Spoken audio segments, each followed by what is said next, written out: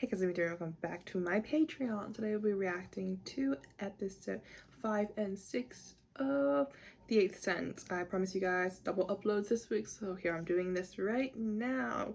I'm excited what we go on with their relationship. We kind of got them like, I don't know, maybe like understand each other's feelings. They both have some kind of feelings towards each other. Love, we don't know. But they're a lot closer. But yeah, we're like, what am I, episode 5? We're halfway through. I think there's 10 episodes. I'm not really sure. There's 10 episodes, I think. But we're halfway through. Let's see what they have for us. So let's go.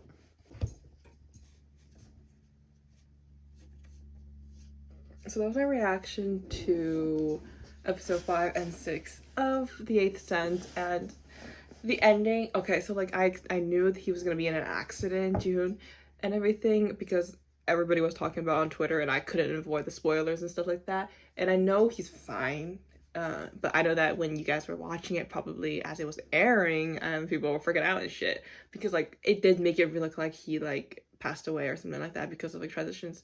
And I think it's really well done where we saw the first clip of where he's like they're holding hands and just like being like happy after like they like kind of like got together and everything, and then the accident happened like and everything. It's really well shot where like you just him like what he sees and everything, his point, his Jihyun's perspective and everything, and then he transitions to the same shot. They're sitting in the same position and just like Jihyun's stuff isn't there anymore and you can see his hands in the same location. It's like it's probably done at the same film at the same time, but were cut separately, so it looks perfectly like the exact same.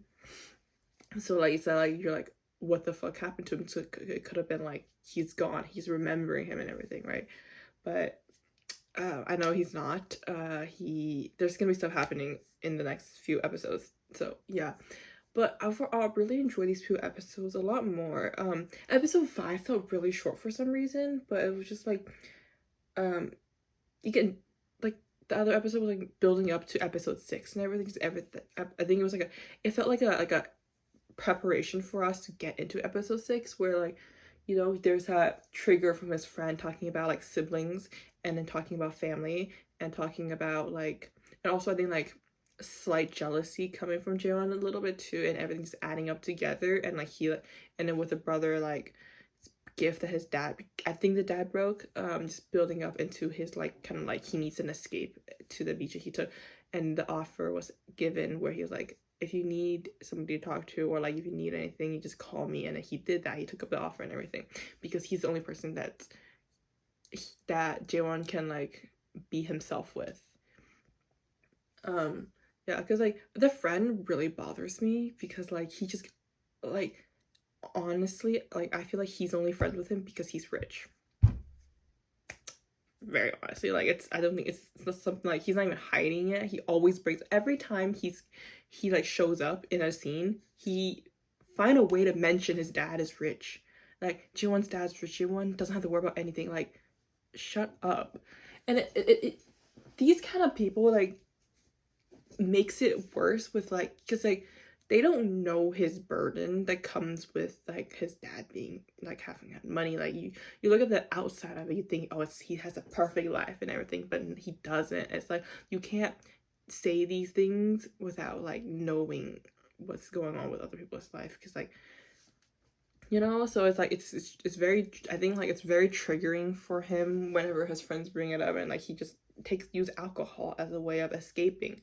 And like it is a pretty common thing for people to have depression or have some kind of other mental disability, to also, it's like comorbidity of addiction as well. And well, I wouldn't call what Jaewon has with alcohol addiction, yes, but he uses alcohol as a way of numbing himself from the emotions in the field that like he feels in the depression and stuff like that. So like there's that part of it. And but what I really enjoy this is like they chose to show it, like a lot of the things he talks about connects to him like in his therapy sessions and stuff like that. And I think it's a really good way of showing it.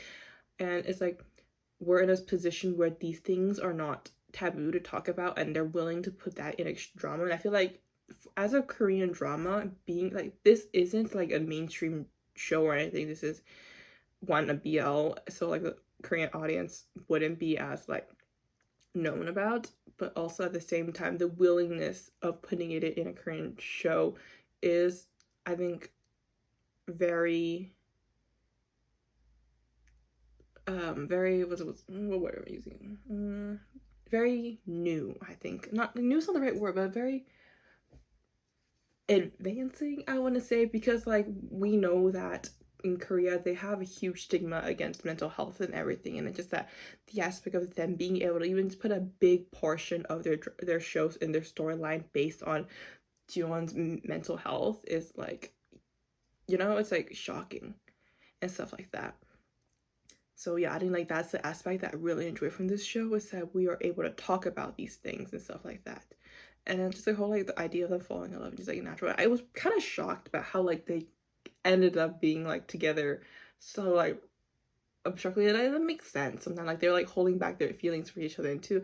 And like after I think talking to his therapist, and he was like, oh, like I hope you don't like cross the line and everything. Like you need to like know the right feelings. And I think like he knew that the moment was right, and like he felt it from Jihyun too a little bit. So you know, it works really well. But like once I saw the first kiss, I was kind of shocked, and then they transitioned so quickly to the bed. I'm like, huh? So like that's a shocking factor, but I think like overall it's a really good like segue into what's gonna happen in the future. So yeah, that's my little review for and reaction for episode 5 and 6. I'm nervous, even though I know that he's gonna be fine. I'm nervous how the storyline's going, because I've heard a few things where like the ex-girlfriend is coming back and like something's gonna happen with that, and I'm like, what? But yeah, so I'm excited to see. I'm gonna watch episode 7 I'm counting 7 and 8 on Sunday, and I'll be posting that on the same day. So yeah, thank you so much for watching. Please like, comment, and subscribe to my YouTube channel, and thank you guys so much for supporting my Patreon. See you guys next time. Bye.